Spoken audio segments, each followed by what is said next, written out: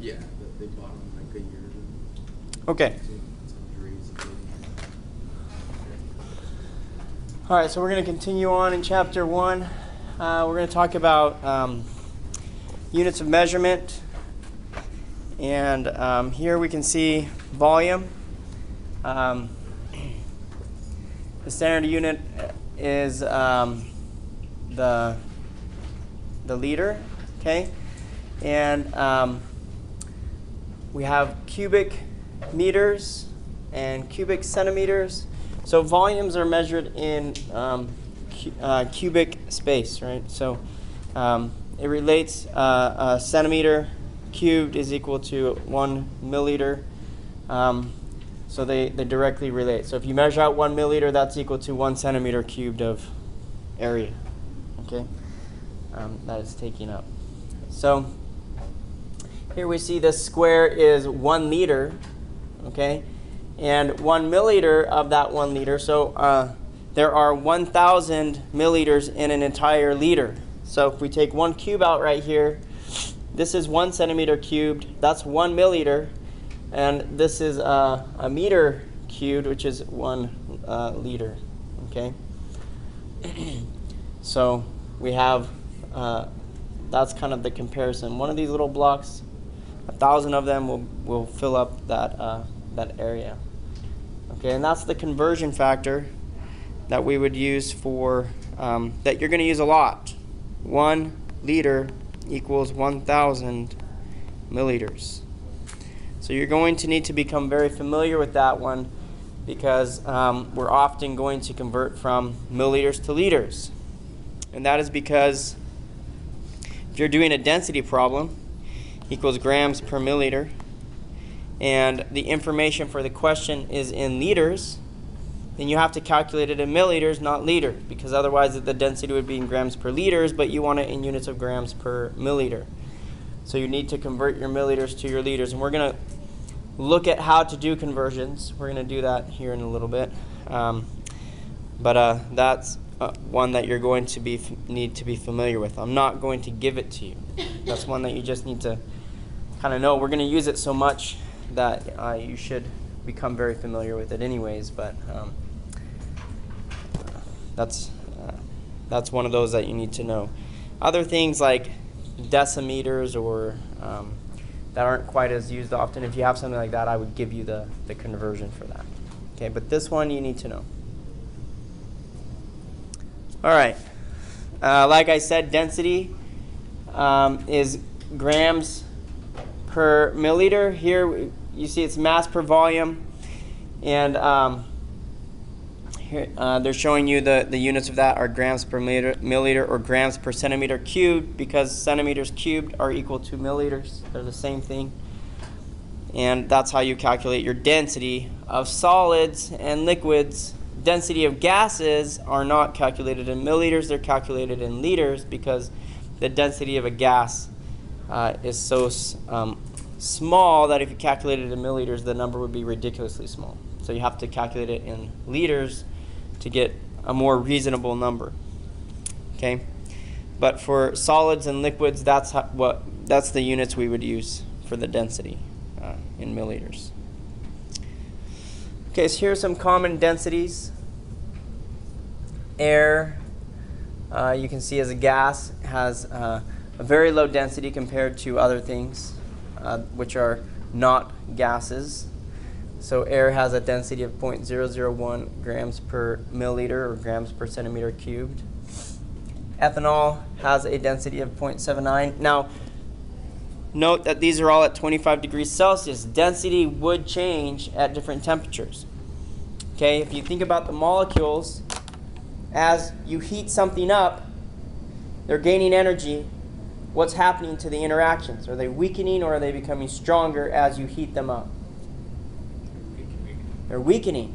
So what's that going to do to the separation between the molecules? Is it going to increase as I heat it up or decrease? It's going to increase the separation. So what's going to happen to the density at higher temperatures? The density should get lower.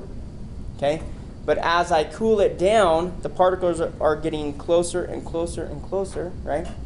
So as I cool it down, the density is increasing. Okay? So that's why it's always important to know what the temperature is that you're doing this at.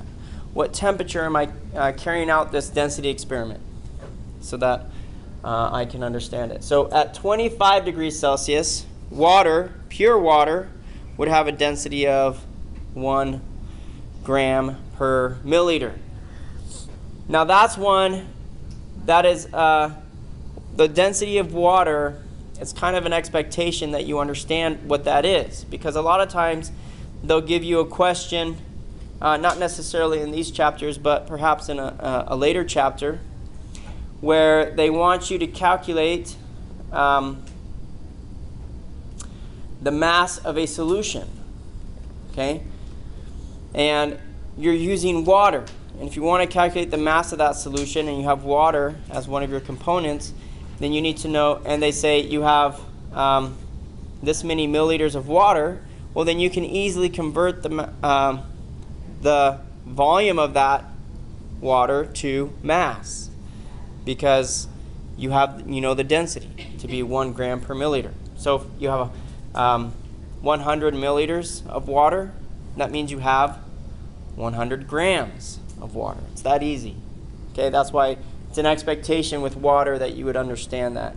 They wouldn't need to give you the density of water, because you would be expected to know, oh, if I have 100 milliliters of water, I have 100 grams. Or if I have 100 grams of water, I have 100 milliliters of water, because it's just a 1-to-1 ratio.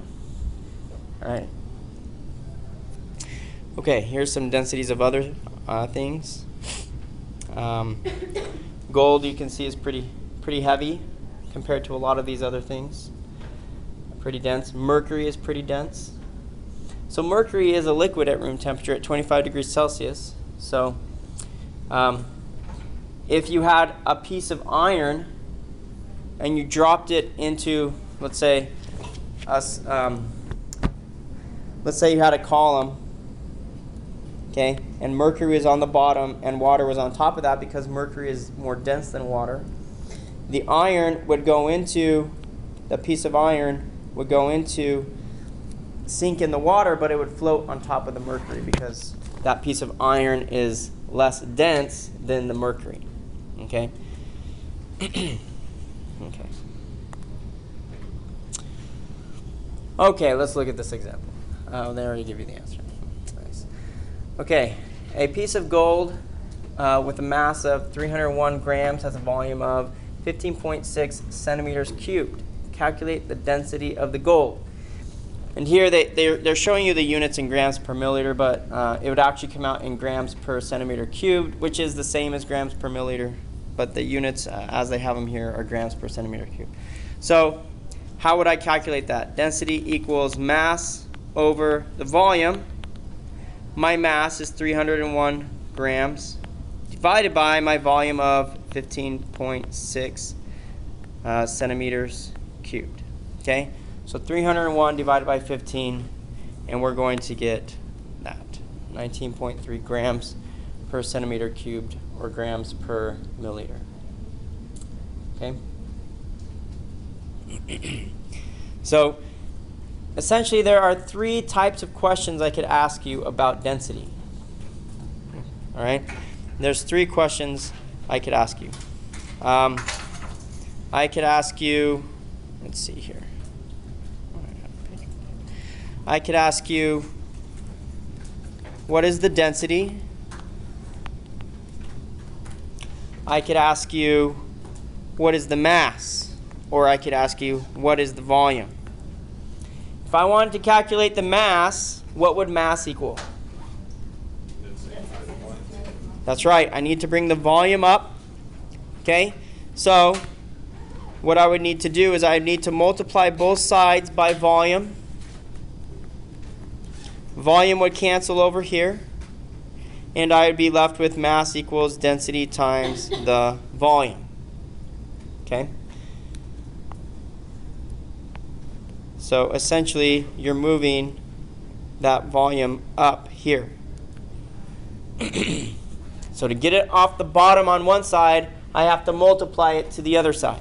That's what I'm doing. Now, what does your volume equal? This is always a little trickier for people. I get all kinds of answers on this. Mass over density, right? So a lot of times I'll get mass over volume or density times mass, all kinds of stuff. Okay, so what we're seeing here, because I have it now in this arrangement, I can easily see how I need to rearrange this. And I recommend that whenever you have something on the bottom, like volume, get it to the top. That's the very first thing you should do. Move it to the top. Once it's on the top, I can easily see, I can isolate any one of these variables now. Mass equals density times volume. Density equals mass divided by volume. Volume equals mass divided by density. Okay? But when it's on the bottom, for some reason, we can't really wrap our heads around it all the time. Okay? Some of you I'm sure can, but okay, for some people, it doesn't work. So, okay, you could easily see, you could switch those two things. All right? But if you can't see that, then move it from the bottom to the top. Get it in this format where nothing is on the bottom. That's really going to help you rearrange these equations. Okay? And what I don't want to see you using is this. Okay? I know you guys learned that in high school or whatever. Okay? This doesn't teach you anything of how to do algebraic rearrangements. Okay? This is just a shortcut of just an easy way to get the answer. Okay? But it's not going to help you when you have a problem like this.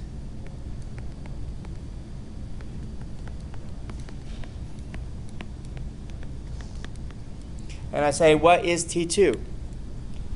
Okay? You're not going to have a triangle for that. All right? So you need to know how to rearrange these equations. Okay?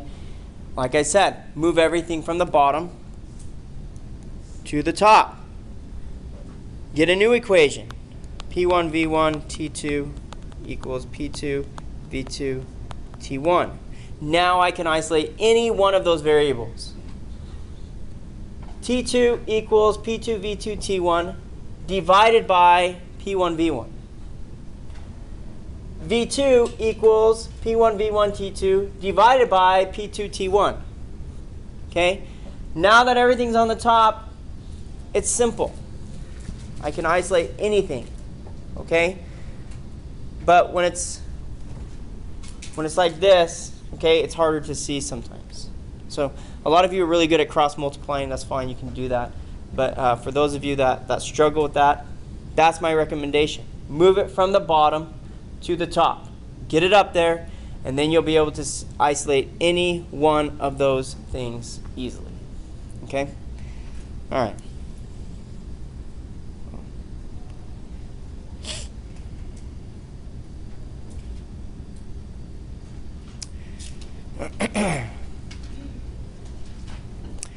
Okay, the density of mercury, the only metal that is liquid at room temperature is 13.6 grams per milliliter. Calculate the mass of 5.5 milliliters of the liquid. Okay? So go ahead, do that. Make sure you're getting that answer. Set it up. Try to remember the equation for density. You need to know that. What is the density equation? Density equals what?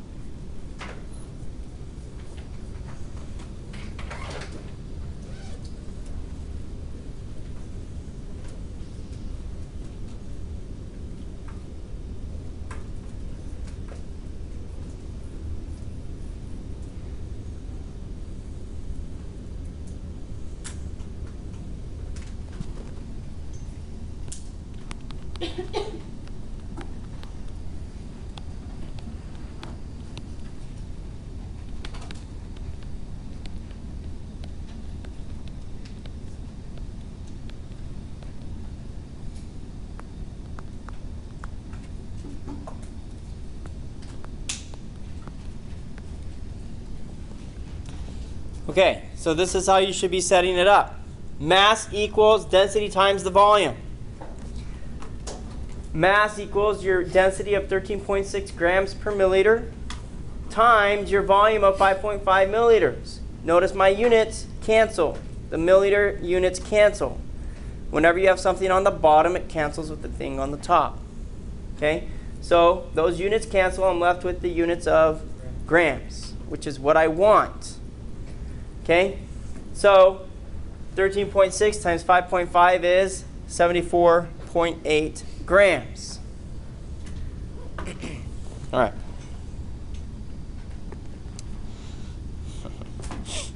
Okay, so the density of pure copper is 8.94.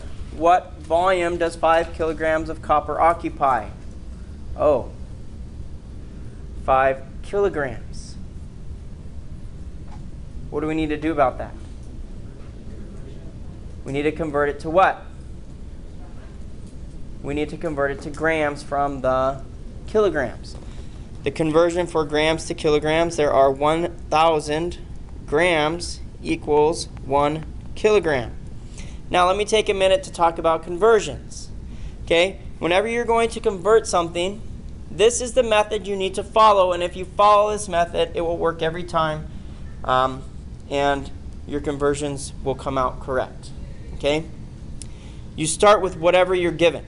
So we're given 5 kilograms. And then you're going to multiply it by your conversion factor. The conversion factor here is 1,000 grams in every 1 kilogram. But what goes on top, whatever goes on top is the thing you're trying to get to. I want to get to what? I want to go from kilograms to grams. Grams over kilograms. The kilograms are going to cancel. That works. Okay? This is called dimensional analysis. Dimensional analysis is the process of making sure your units are working out. They are here. This is working. So there are 1,000 grams in every 1 kilogram. So that means 5 kilograms has 5,000 grams. Okay? All right. Two liquids A and B have densities 0.75 grams per milliliter and 1.14 grams per milliliter. When both liquids are poured into a container, one liquid floats on top of the other. Okay? Which liquid is on top? The lighter one, right? So liquid A is on top of liquid B because it's lighter. This is A, this is B, so it would float. How many kilograms of mercury would fill a 5-liter container if the density of mercury is 13.6 grams per centimeter cubed? That's another one where we're going to have to convert, right? So the conversion is, you already have the gram to kilogram conversion, and you're going to need the 1 liter equals 1,000 milliliters conversion. Okay, so set up that first one. And this last one, make sure you're calculating those answers.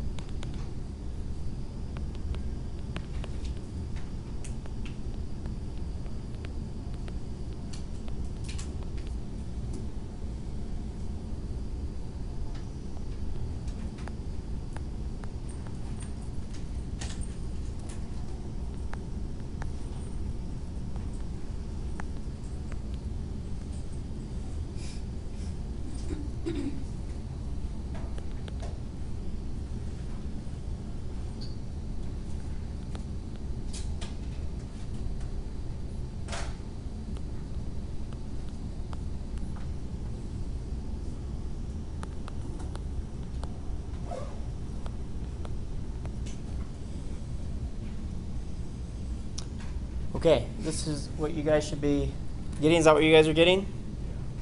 Okay, so you should be setting them up in this way. If we did our conversion for the grams correctly, we should have 5,000 grams divided by the density of 8.94 grams per milliliter. Now your units, notice how I put the milliliters back on top? That's because here I would have divided them again, right? So that means you move it up top. So it's kind of just a circle. Okay? Those units would go in. And we're left with the units of milliliters. Here, mass is density times volume, grams per the centimeters cubed. There is 5 liters. That's 5,000 milliliters. And I would just say that's 5,000 centimeters cubed to put it in the correct units. And the units cancel. I'm left with grams, 68,000 grams. And so for kilograms, I would convert that to kilograms. That would be equal to 68 kilograms. Okay. All right, any questions about that? About any of that? Okay. If there's a step, sometimes I'll skip a step, and you're like, hey, how'd you do that, Mr. Crandall? Don't hesitate to ask me, okay?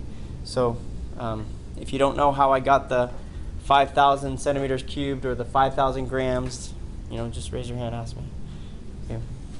Question. Yes? How lenient are you with decimals? Like, since it's like 559 point something, you matter with decimals? Like, If it's, exact? we're going to talk about significant figures, and if the question is asking for specifically for certain number of significant figures or wants you to calculate it in so many significant figures, then it matters. Okay, but if it's a multiple choice question, you're just trying to find the answer. It won't matter, right, in that case. So yes, there are times when it really matters, but it usually is specifically saying how many significant figures or talking about the significant figures. Okay. Okay, so that's density. Temperature. Temperature. We have 3 different scales: Fahrenheit, Celsius, and Kelvin. The Fahrenheit scale is a big mess. But the Celsius and Kelvin scales are actually based off of tangible things like water freezes at 0 degrees Celsius. It boils at 100 degrees Celsius. Okay, the Kelvin scale is a mirror of it. It's just offset. So at 0 degrees Celsius, that's 273 Kelvin. Okay, but if I go to 1 degree Celsius, that would be 274 Kelvin. So it increases at the exact same increments. It's just offset by 273 degrees, 273.15 to be exact. Okay, but that's the case. It's just offset by that much. All right. So the conversion between Celsius and Kelvin and Celsius. Wow, I said that backwards in the whole thing. Okay, the conversion between Kelvin and Celsius is that you just simply add to your Celsius temperature 273 Kelvin. Okay, so if you have 25 degrees Celsius, what is that in Kelvin?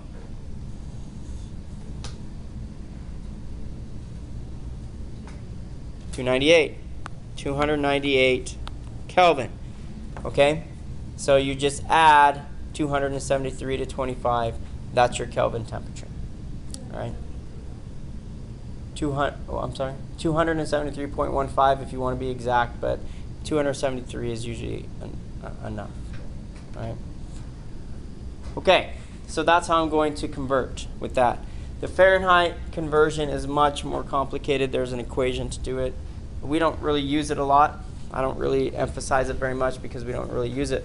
We're going to use Celsius a lot, and we're going to use Kelvin a lot.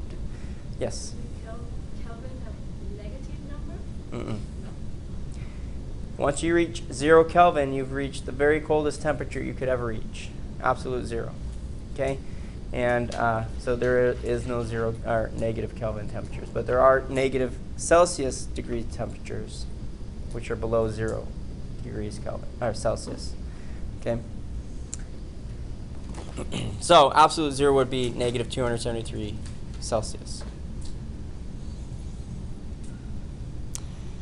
Okay, so here's the Fahrenheit conversion. All right. You could convert from Fahrenheit to Celsius or Celsius to Fahrenheit. Okay, either way. But we don't really use it very much. Okay, we're not very interested in Fahrenheit temperatures because in science we don't use them. We use Celsius. Your thermometer in the laboratory is in Celsius, degrees Celsius, not Fahrenheit. So that's how we would use it. Okay. Solder is an alloy. A certain solder has a melting point of 224 degrees Celsius. What is the melting point in degrees Fahrenheit? Okay. Like I said, we don't need to focus on that one very much. Don't worry about that one. Okay. Helium has the lowest boiling point of all the elements. Okay, another Fahrenheit. Okay, let's do the last one. Negative 38.9 degrees Celsius, convert that to Kelvin. Okay? So you should get 234. Add 273 to it. You should get 234. If it's 273.15, okay, you should get it to 234.3 Kelvin. All right? That's what we're getting to. So you're just simply adding. That's it. And you're not usually going the other way. Okay? You're almost always given a temperature in Celsius, and you have to convert to Kelvin. You're hardly ever given a Kelvin temperature that you have to convert to Celsius. Okay? It's possible you could have that situation, but then you just subtract, right? You just subtract that. But it's almost always you need to add the 273 to the degrees Celsius, and you'll find your Kelvin temperature. All right? Okay, the highest temperature ever recorded in Phoenix, Arizona was this. Blah, blah, blah.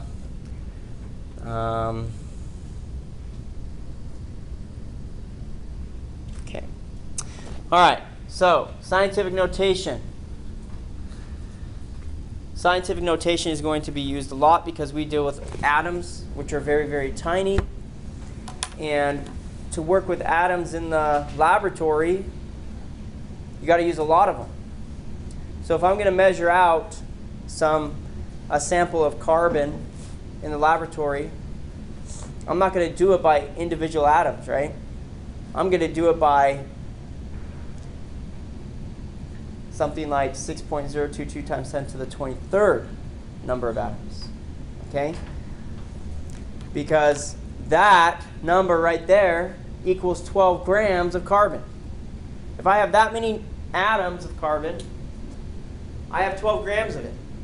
Oh, I can measure out 12 grams in the laboratory, right? But what I can't measure out very well is individual single atoms.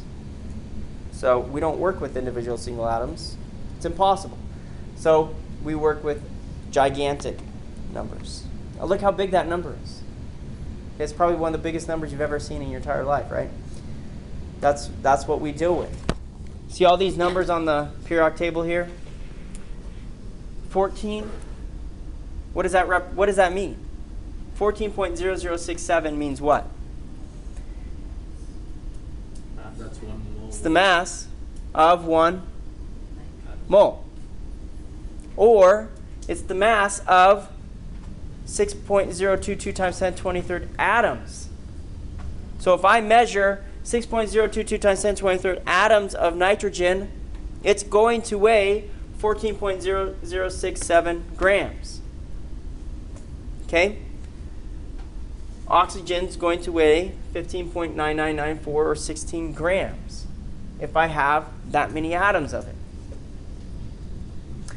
So we deal with very big numbers and very small numbers. That means you have to understand how to use scientific notation, and how to write it, and also how to use it in your calculator. That's going to be even more important. You have to know where the button on your calculator is to put that number in. Okay?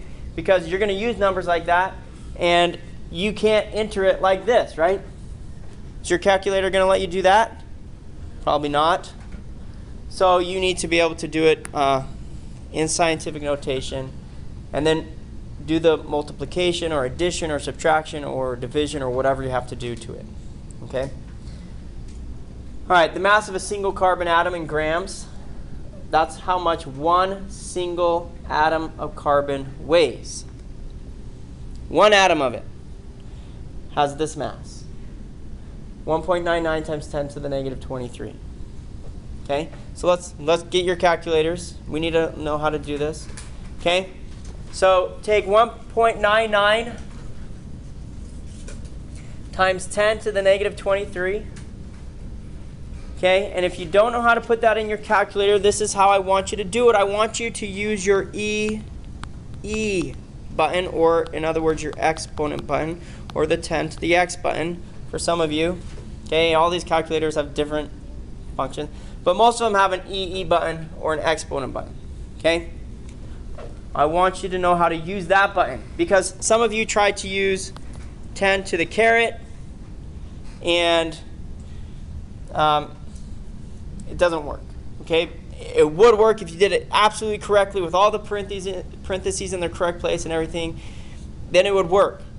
But a lot of times you're off one decimal place and it's just not working. Okay? So EE means you don't have to use parentheses. You don't have to use the parentheses. Your calculator knows what that means. Okay? So I want you to find that button, or the exponent button, and I want you to type in 6.022 times 10 to the 23rd.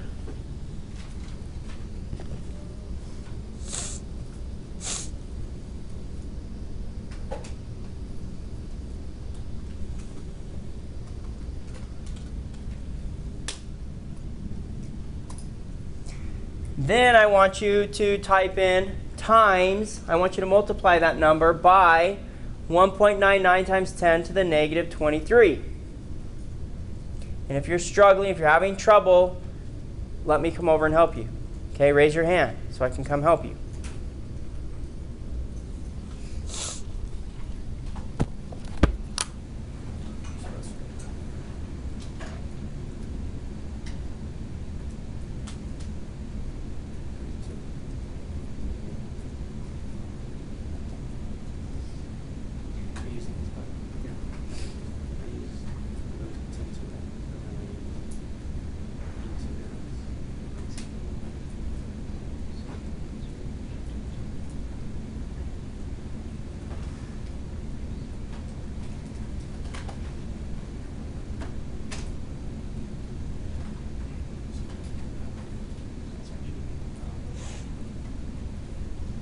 So use that EXP button. That will help. Anybody else?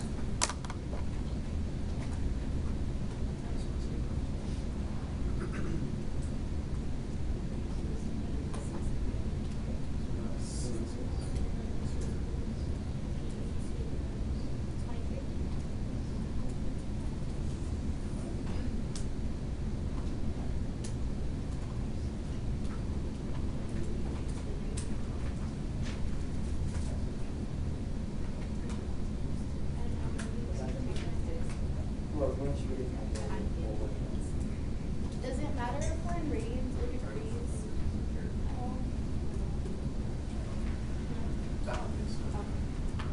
Okay, so you see this E right here? So we're going to go 1.99 second times 10 to that negative 23. That's how long we get to. Let's say it's times No, that's not it. 6.022 second E. Yeah, it's 8 seconds. Oh, the second. Wasn't one. Yeah. Anybody else? Okay, the rest of you doing okay? Or you don't have a calculator, so when you get it, we'll practice this, okay? So make sure you get one. So, you know, you're not going to want to come in during your test and not know how to enter those numbers, okay, on your calculator. It's important. All right, so what are you guys getting? 11.98. Okay, so let's round that up to 12. That makes sense, right? Because one atom of carbon has a mass of this. And if we multiply it by this number, which has a mass of 12 grams of carbon, we should get 12, right? Okay, so that's good. That's what you should be getting. I should be getting 12 grams of carbon. Okay? All right. So how does scientific notation work? Well, if you look at this big number right here, the way I got from that big number to this number is by counting decimal places. So right now, the decimal place is right here. Okay? And I want to move it so that the decimal place is right after the very first number. And I do that for everything. I put it right after the very first number. So the very first number here is 6. So I'm going to move it to where the 6 is. Well, how many places do I have to move it to get to that 6? 23. Okay? I have to move it 1, 2, 3, 4, 5, 6, 7, 8, 9, 10, 11, 12, 13, 14, 15, 16, 17, 18, 19, 20, 21, 22, 23. Okay? And now I've got to between the 6 and that 0. So 6.022 times 10 to the 23rd. So it's a positive exponent if it's in the forward direction.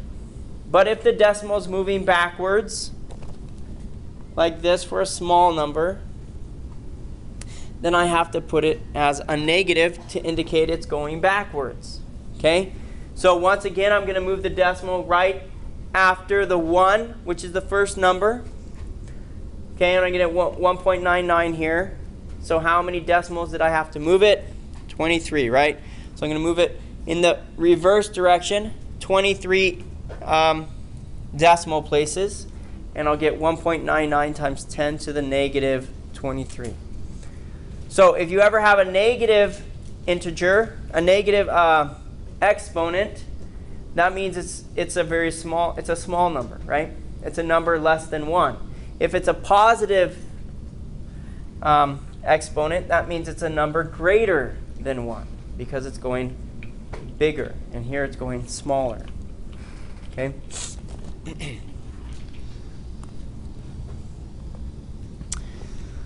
All right, so 568.762, move the decimal left. And this one that's smaller than 1, it's move it to the right. Okay? So here we're going to take this 1, 2, just 2 places. 1, 2. Okay? I take it 2 decimal places, and I get 5.68762 times 10 to the second. Okay? On this one, I got to take it 1, 2, 3, 4, 5, 6. And it's going in the negative direction. 6 places, 7.72 times 10 to the negative 6. So this is how I will be able to go back and forth between scientific notation and just writing it out longhand. Okay? Now, scientific notation, you can actually do addition and subtraction of it fairly easily. Okay? So with that earlier example where we had 6.022 times 10 to the 23rd, and we multiplied it by 1.99 times 10 to the negative 23. Okay? If you have exponents and you're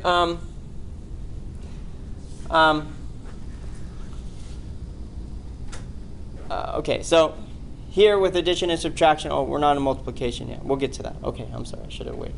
Okay, so here with addition and subtraction, what I want to do if I don't really have a calculator, but I can easily do the addition and subtraction between this number and this number, then I get these two numbers into the same exponent, or into the same decimal. Okay, so here it's 4.31 times 10 to the fourth. If I move this back one, it would be 0.39 times 10 to the fourth.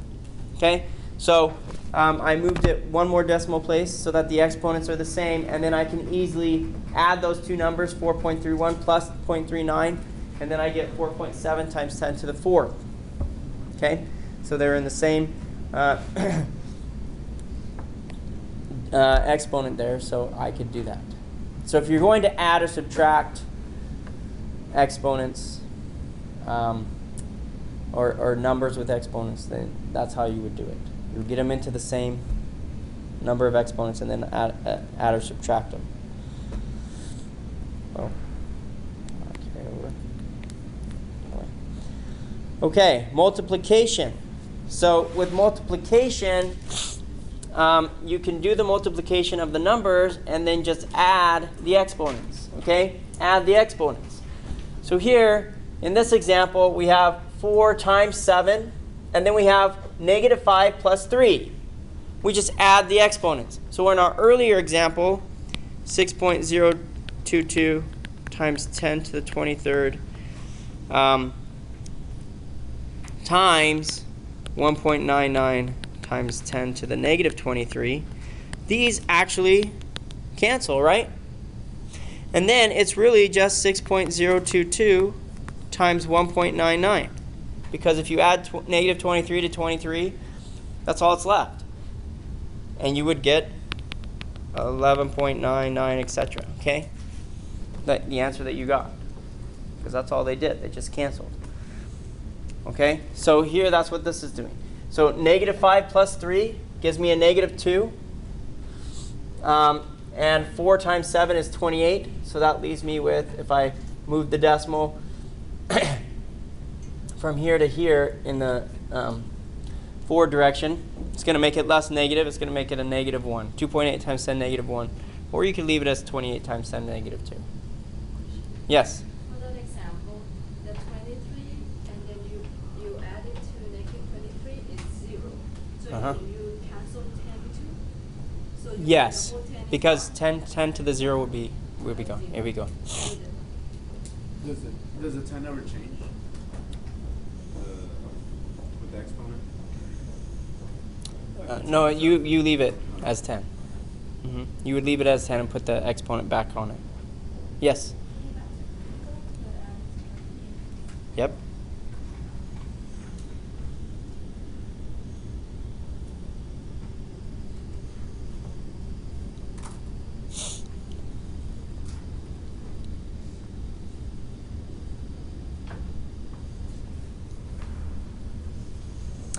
Okay. Division, instead of adding the exponents, you simply subtract them with division.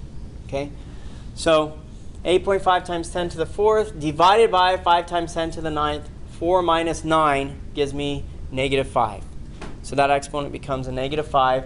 8.5 divided by 5 is 1.7. So 1.7 times 10 to the negative 5 is my answer. All right. This is a shortcut. This is a way that you can do this if you don't have a calculator necessarily. But if you do have a calculator, then I would just recommend put those numbers in your calculator and do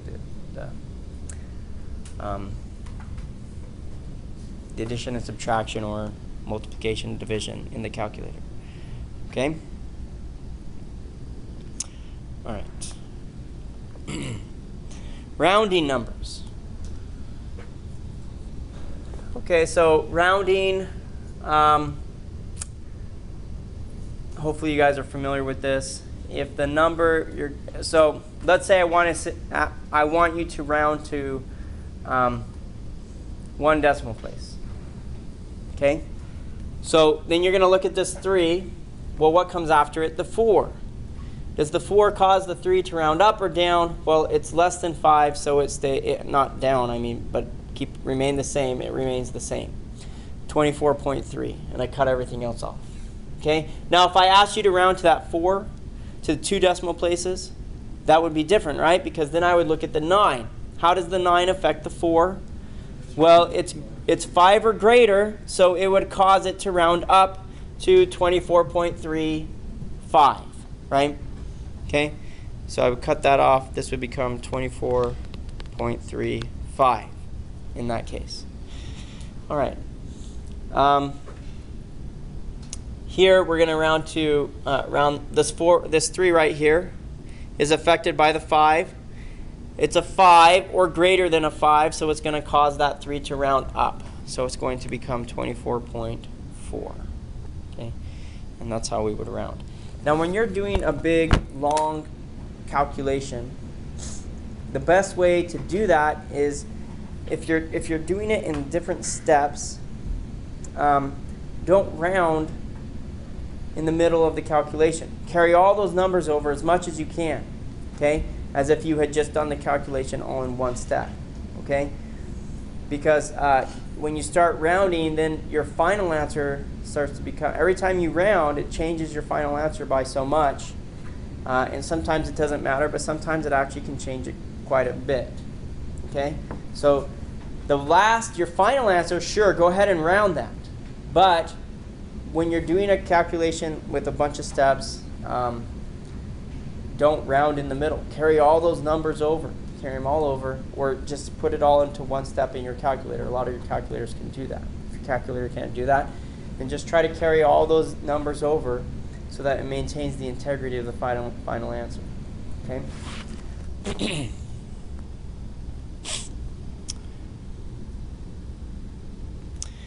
Okay, so this is wanting us to round to significant figures. So let's talk about significant figures really for a minute, okay? Excuse me. Let's see. Let's put a page.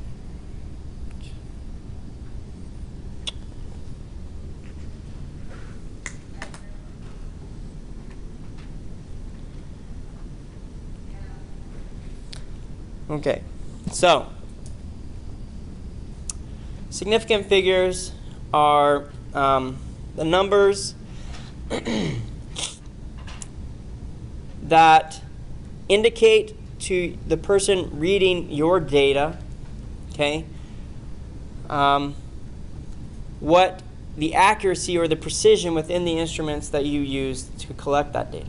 Okay, that's what significant figures mean.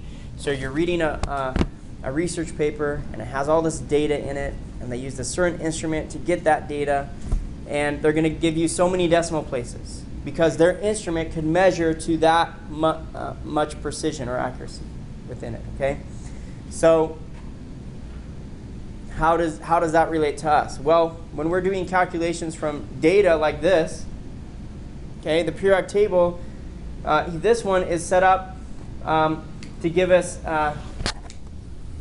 certain numbers of significant figures for their data that they have. 69.72. Well, I use these often in calculations, right? So I have to carry the significant figures from this data into my calculation. And when I report my answer, it has to be to a reasonable number of significant digits. I can't just give my answer to an unlimited number of significant digits, because the next person that reads that would think that that information has a lot of precision within it that it doesn't have. Okay? Or we don't want to round too far up, because then that would be a false indication of how much precision is within that measurement. All right? So significant digits are helping us to maintain the fidelity of the instrument that was used to collect this data. Okay, so how do I determine the number of significant digits within a number?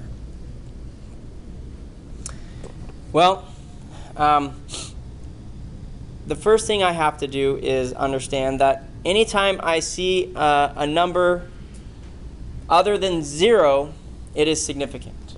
Okay? So 69.72, 1, 2, 3, 4 numbers that are greater than 0. So these are all significant.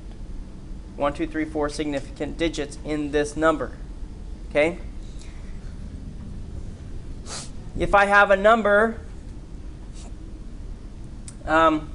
where there's a 0 in the number, but it's between numbers that are significant, that forces it to be significant. So 1, 2, 3, 4, 5, 6, 7 significant digits right here.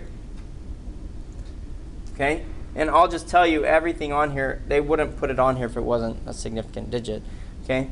But so for example, this one, 54.9380. Okay, this is trickier because now I have a 0 at the end of the number. And I have to ask myself, is that a significant digit? So when I ask myself that question, the answer to that question comes when I understand the reason that they put that 0. Does it have value or does it not have value? If I take that 0 off, does it change the number? The number is exactly the same, right? With or without the 0. There's no difference between 54.9380 and 54.938. If I put this number in my calculator or this number in my calculator, am I going to get the same answer? Okay? Times 2 times 2. Am I going to get the same answer either way? Yes. So does this 0 have any value to it? Absolutely none. It has no value.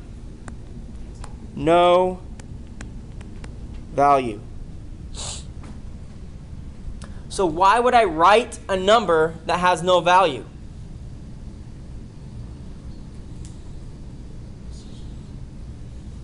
What? Say it again. What?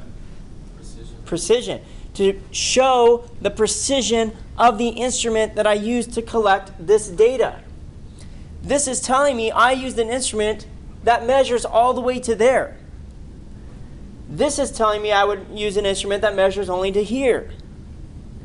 The last digit that is written is always a guessed number. It's a guess.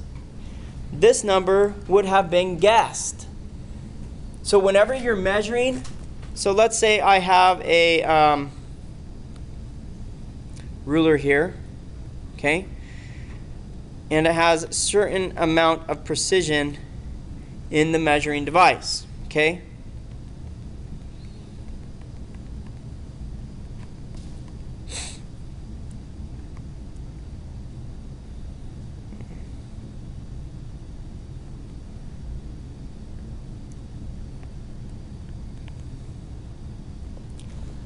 Okay, so I have this measuring stick, and I want to measure this line.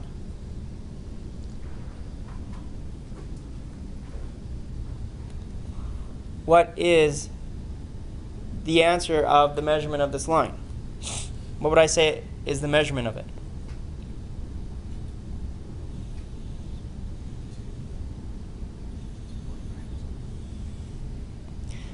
Okay, 2.9 or something, right? 2 point something.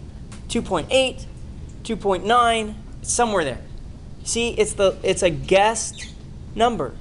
I guess that that is a 8 or a 9. 2.9. It's a guess. It could be 2.8. I'm not sure. So I say 2.9. Okay? Actually, if I was going to say 2.8, I would have to be right here, right? Right on.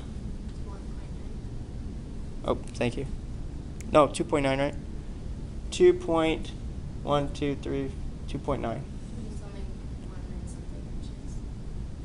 You see what I mean? No.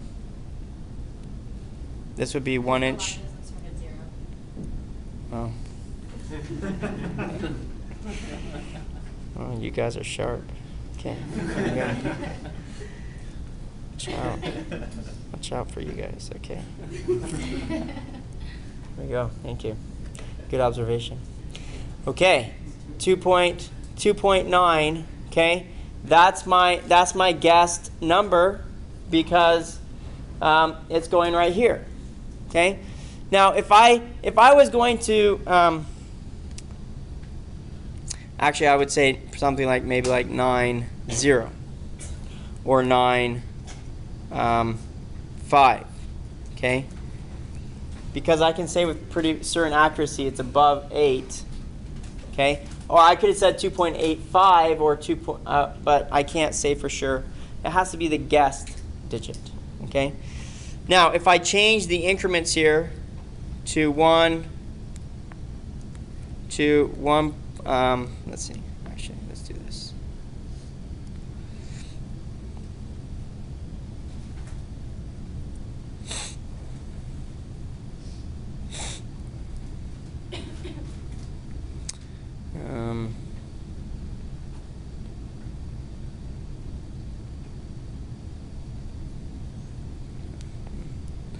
I want to make sure I draw this exact because you guys are so.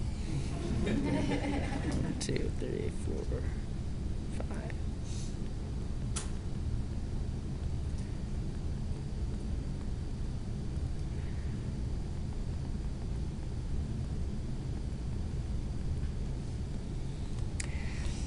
Okay.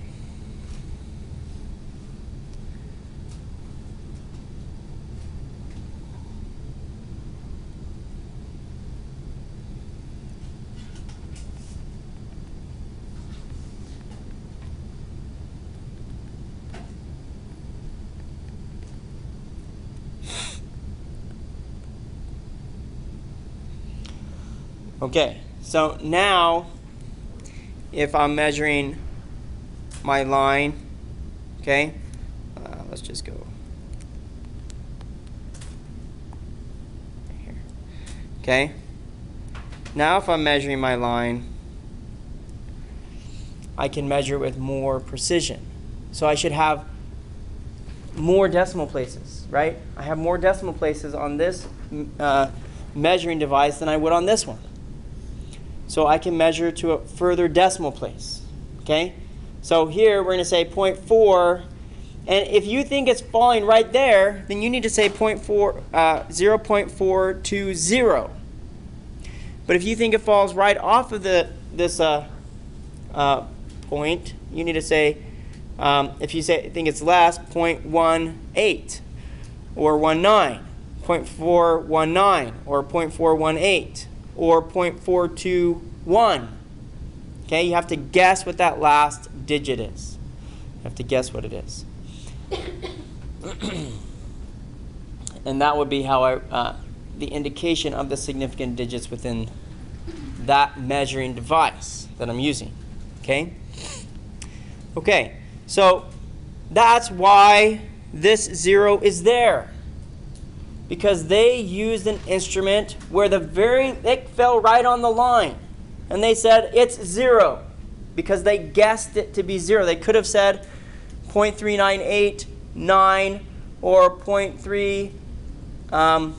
Sorry, no, I can't see that number. They could have said 0.9381 or they could have said 0.9379. Okay? They could have guessed it either way, but they said, no, I want to guess it right at 0. And that's where they put it. Okay? It's right on that mark.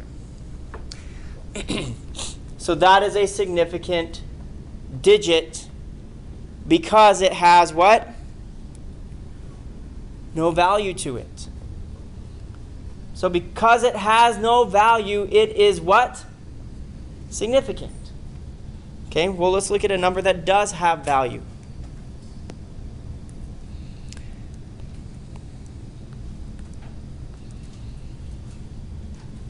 Say you have $100.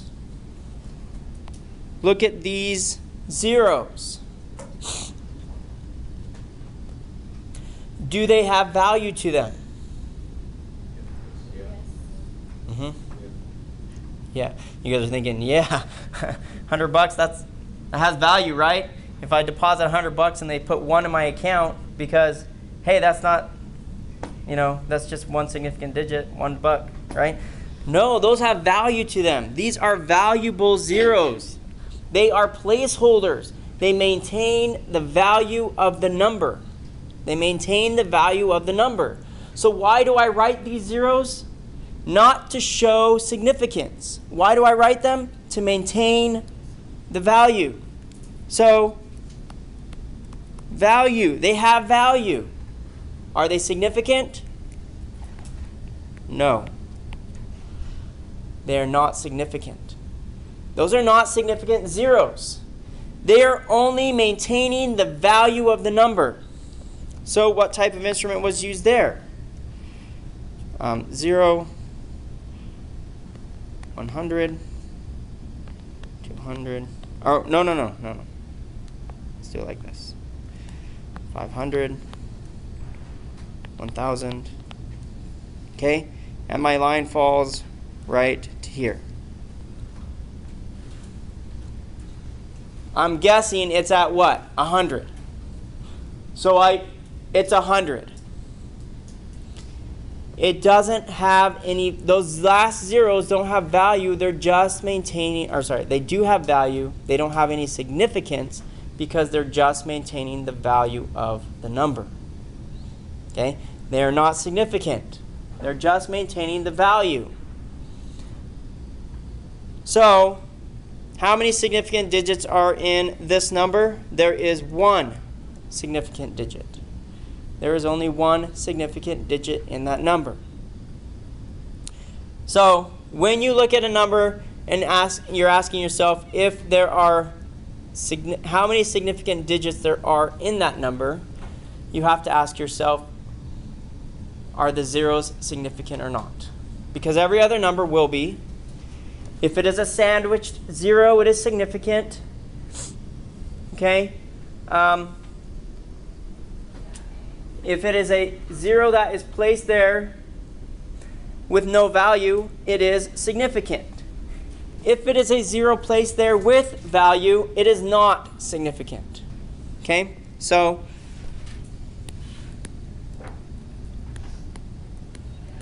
how many significant digits are in this number?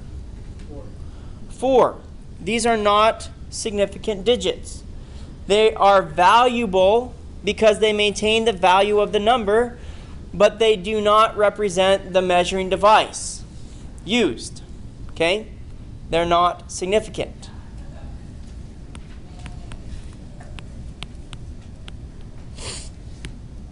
How many significant digits are in this number? Okay, so we're asking ourselves about zeros. I have a 0 here and I have zeros here. Are the zeros right here, do they have value to them? If I take them away, do they change the number? So, are they significant? If they have value, what? They're not significant. So how many significant digits do I have in this number? 4. Because that last 0, why did I write it? Does it have any value? Has no value, right? This has absolutely no value to it. So why did I write it? To show significance, to maintain the integrity of the measuring device that was used to collect that data. That's the reason I wrote it. Okay? Otherwise, why would I waste my time? I'm only writing it to show significant digits. 1, 2, 3, 4. Okay, guys, we'll stop there.